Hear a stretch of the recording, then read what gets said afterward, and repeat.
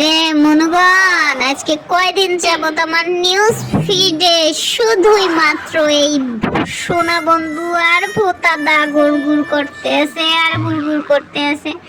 এখন আমি এই গান গাইয়ে তো আমার জামাই হাতে মাইরও খাইয়ে লাইছি। এটা কোনো কথার মতো কথা হইলো? বলো মনুগণ তোমরা। মুই তাই ভাববে নিছি যে মুই আর এই সোনা বন্ধুরে ছাড়মুই না, তো ছাড়মুই না। আর মোর সোনা বন্ধু কারা জানো? শুধুমাত্র তোমরা। তাই তোমাদের জন্য আমি আজকে ফুল কাটরিজ আই লুকটা দেখাতে চলে আসলাম। অবশ্যই কিন্তু বলবা এই মেকআপ লুকটা তোমাদের কাছে কেমন লেগেছে। তো যাই হোক, সব দুষ্টুমি ফাইজলামি সবকিছু বাদ দিয়ে চলে আসলাম তোমাদের সাথে আমার নিজের ভয়েস নিয়ে কথা বলতে। আসলে আজকে আমার মাইন্ডটা খুবই ফ্রেশ একটা মাইন্ড ছিল। আর তারপরে তো এই সোনা বন্ধু গান ভাই শুনতে শুনতে সত্যি সত্যি আমার নিউজ ফিডে প্রত্যেকটা পেজে শুধু সোনা বন্ধু আর সোনা বন্ধু। আজকে কয়দিন যাবত শুধু এই সোনা বন্ধু শুনতে শুনতে আমার মাথাটা হ্যাং করতেছে, এরকম অবস্থা। কিন্তু সব থেকে বড় কথা যে আগের ভার্সনটা এই গানটার আগের ভার্সনটা কিন্তু অনেক বেশি ভালো লাগছে।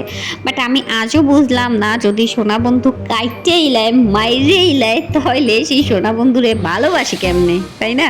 আর জেফারের কণ্ঠে গানটা যে খারাপ লাগছে তা বলবো না, কিন্তু জেফারের এক্সপ্রেশনগুলো অনেক বেশি খারাপ লাগছে আমার কাছে।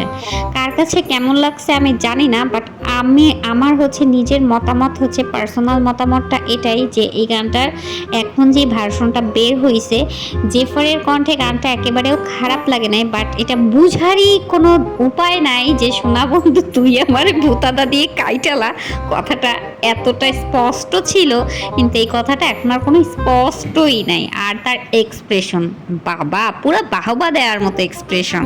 যাই হোক ভাই, কার এক্সপ্রেশন কেমন কার গান কেমন সেটা না বলি, তবে আমার কথা বলি। আমি আজকে এই মেকআপ লুকটা করতে বসেছিলাম রাত 10টা বাজে এবং শেষ করেছিলাম রাত প্রায় 12:30 বাজে।